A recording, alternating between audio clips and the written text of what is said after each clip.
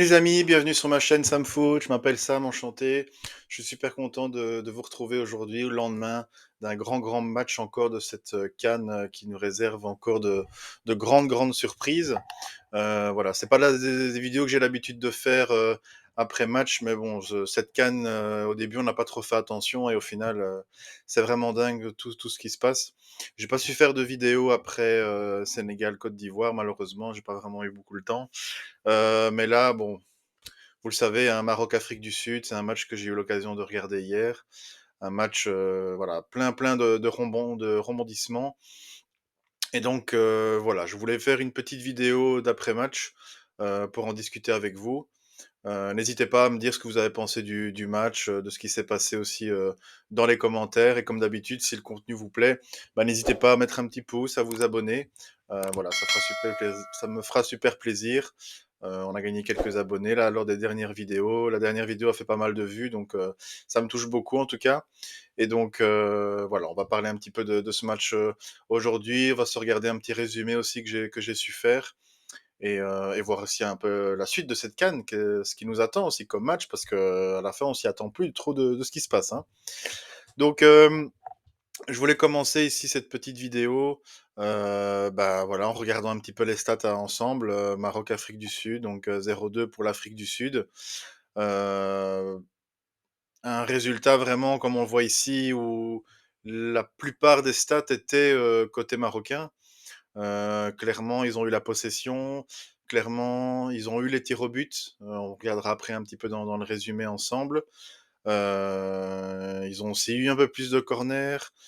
Voilà, ça a été un match très intensif, vraiment très intensif, que ce soit sur le plan technique, mais aussi sur le plan physique, où je trouve qu'au début, c'était fort haché. On le voit ici au niveau des fautes, hein, on est entre 12, on est entre 12 et 17 fautes ici. Donc c'est vraiment, allez, c'est pas mal quoi, c'est pas mal comme match. Il y a eu aussi pas mal de cartons jaunes, même si bon, ça va encore, hein. Il y a eu 4 cartons jaunes. Pour la carte rouge d'Amrabat, bon, on va dire que c'était une faute, on va dire utile, même si ça se dit pas dans le milieu, mais on va se dire que c'était une faute utile. On verra après aussi malheureusement les conséquences. Mais bon voilà, le Maroc qui a quand même dominé le match dans son ensemble, mais malheureusement qui a été beaucoup trop maladroit devant le but. C'est vraiment ce qui leur a fait défaut. L'Afrique du Sud a super bien défendu, un bloc très solide. Et malheureusement, bah voilà, malheureusement, c'est pas toujours les efforts qui sont récompensés dans ce milieu-là. Donc voilà. Je vous avais prévu un petit résumé, on va le regarder ensemble, on va le commenter aussi ensemble de ce petit match, parce qu'il s'est vraiment passé vraiment pas mal de choses. Euh, Ça commence par les deux actions principales de l'Afrique du Sud, avec ce tir lointain bien arrêté par Bono en première mi-temps. Ils ont tenté un corner aussi où Bono n'était pas dessus et ça aurait pu très mal se passer. Et puis là, on va voir tout ce qui va résumer la prestation marocaine. C'est vraiment ce manque de finition devant le but, quoi. Ce manque de finition devant le but. Je reviens un petit peu devant l'action, mais à partir du moment où ici, tu es tout seul, tu as un boulevard ici, tu as vraiment un boulevard devant toi. Avance, va au maximum. Et on sent qu'il commence déjà à contrôler, un peu à chipoter. Avance, quoi, va vers le but, essaye, même si t'es gaucher, essaye même du pied droit, ou enfin, je sais pas, fais quelque chose. Mais là, on voit qu'il chipote, il essaye il essaye de dribbler le défenseur qui est là, alors qu'à la base, il a un boulevard devant lui, quoi. C'est vraiment dommage. Je trouve que ça résume vraiment ce match, un manque de maladresse. Et puis, on a une série aussi, grand attaquant qui va encore une fois chipoter qui va chipoter alors qu'ici encore il a un boulevard devant lui, les défenseurs reviennent et c'est lent quoi. Et puis il va nous faire un tir mais très mou, je trouve super mou qui n'inquiète pas du tout le gardien. Enfin voilà, c'est vraiment dommage. Je pense pas que c'est une série d'ailleurs, mais bon. Mais c'est vraiment dommage c'est ce manque de finition en première mi-temps.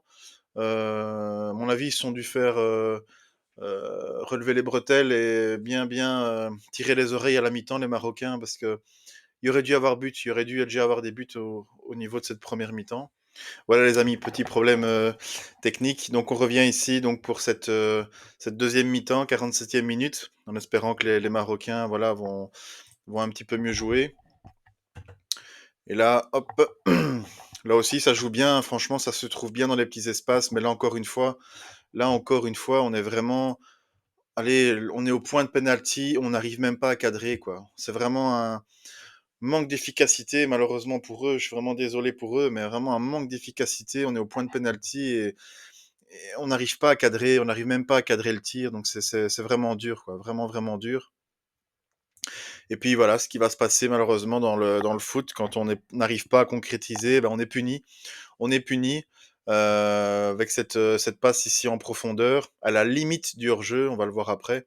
On est vraiment à la limite du hors-jeu là de Makoka, mais vraiment, voilà, on est malheureusement puni. Il n'aura pas fallu grand chose aux Africains pour pouvoir mener au score, mais voilà, on arrive au 1-0. Là encore, techniquement, c'est bon, mais pourquoi tu frappes pas? Pourquoi tu frappes pas plus tôt? C'est encore une fois, c'est dommage, mais on a un super contrôle, une super feinte à la Cristiano Ronaldo, et là tu tires. Non, il attend, il attend, il attend, mais ça va pas, ça va pas. Et puis voilà, le 2e tir derrière qui est pas bon non plus. C'est vraiment dommage, vraiment, vraiment, vraiment dommage. Et là, 80e minute, le sauvetage, le miracle, on n'y croyait plus.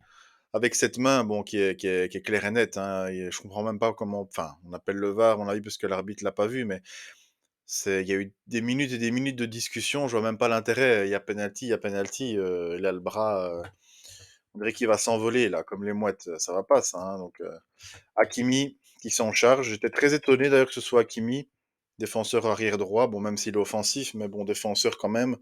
Il y a quand même des attaquants de talent et technique devant. Moi, j'étais persuadé qu'il allait tirer au milieu. Généralement, on est à 5 minutes de la fin du match, tu dois égaliser, tu t'emmerdes pas à tirer dans les coins, dans les lucarnes, à chercher vraiment le petit filet. Sécure quoi, tu mets une patate bien au milieu et au moins tu es sûr. Et malheureusement, Hakimi, qui a voulu bien tirer le penalty, parce que encore une fois, ça c'est quelque chose qu'on dit pas assez, mais les penaltys ratés, vraiment, c'est d'une nullité. Les gardiens, regardez, il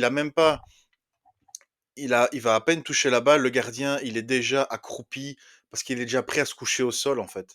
Et donc Hakimi, il est intelligent et il a raison. Il faut tirer en l'air si tu veux être sûr de marquer. Mais là, t'assures le résultat et tire au milieu. Malheureusement, bah boum, c'est la latte, quoi. Malheureusement, c'est la latte. Et ouais, je suis désolé. Mais il faut se reprendre. 90e minute, Amrabat, dernier joueur. Heu, qui fait une faute, comme je disais tantôt, une faute utile. Il y a rien à dire, voilà, il faut le dire, faut dire les choses, c'est une faute utile et on s'imagine pas ce qu'il y a derrière. C'est ça aussi le truc, c'est que même moi, quand j'ai vu ça, je m'imaginais pas ce qu'il y a derrière. Je me dis: «Ouais, c'est un coup franc à l'extérieur de la surface, qui est proche du but, mais qui est très excentré». Bon, il y a pas vraiment de danger, quoi. On a l'impression qu'on va perdre un peu de temps, un peu comme au basket, là, vous voyez, où on fait une faute pour que les autres aient une action et puis on récupère plus vite le ballon. Mais voilà, malheureusement, c'est pas ce qui s'est passé. Mais il faut aussi dire ce qui se passe, c'est que, on a un super but, quoi. On a un super coup franc. Là, je comprends pas trop Bono et son positionnement encore une fois ici. Pour moi, il y a un joueur dans le mur de trop. Pour moi, celui-là, le numéro 20, il devait pas être là. Il devait pas être là parce que Bono, il doit voir quand part le ballon. Là, Bono, il voit rien du tout. Et ce joueur-là, pour moi, ce joueur ça va pas quoi. Ça va pas. Il y a vraiment un joueur en trop. Et voilà. Et donc malheureusement, bah, ce qui devait arriver arriva. Magnifique but. Et on termine 2-0. Magokpa et Mokoena qui a marqué ce magnifique coup franc. Donc voilà, 0-2 pour l'Afrique du Sud. Euh,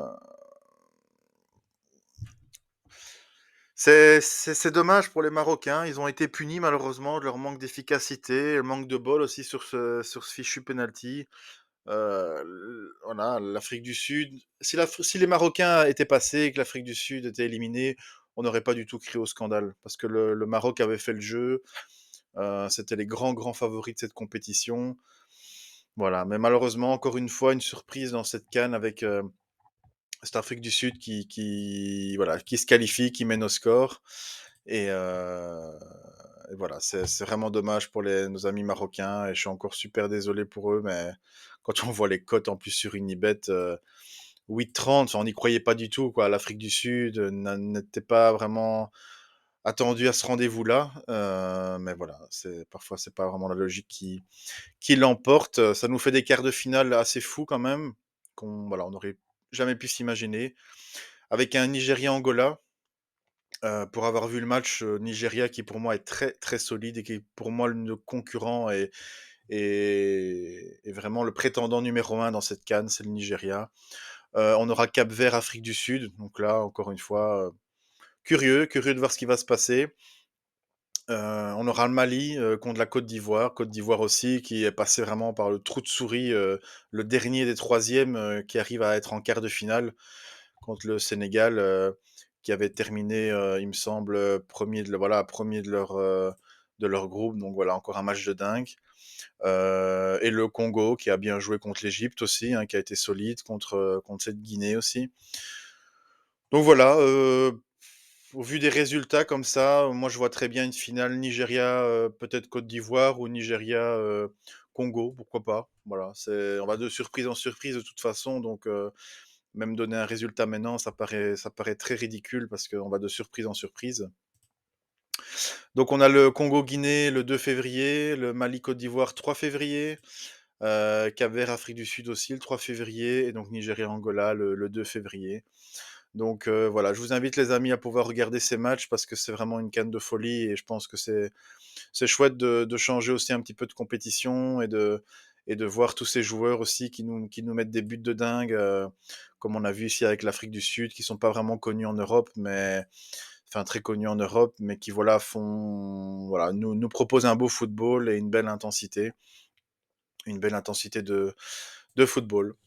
Donc voilà les amis, c'était la petite vidéo d'après-match. Je suis super content de vous retrouver encore. Il y aura la vidéo demain habituelle avec les résultats de ce week-end des grands championnats. Je vous remercie en tout cas pour votre activité sur cette chaîne, encore pour toutes les centaines de vues que j'ai eues sur ma dernière vidéo, ça me fait super plaisir. Donc n'hésitez pas, hein, comme je disais au début, à voilà, laisser un petit pouce, à vous abonner aussi pour m'encourager si ça vous a plu.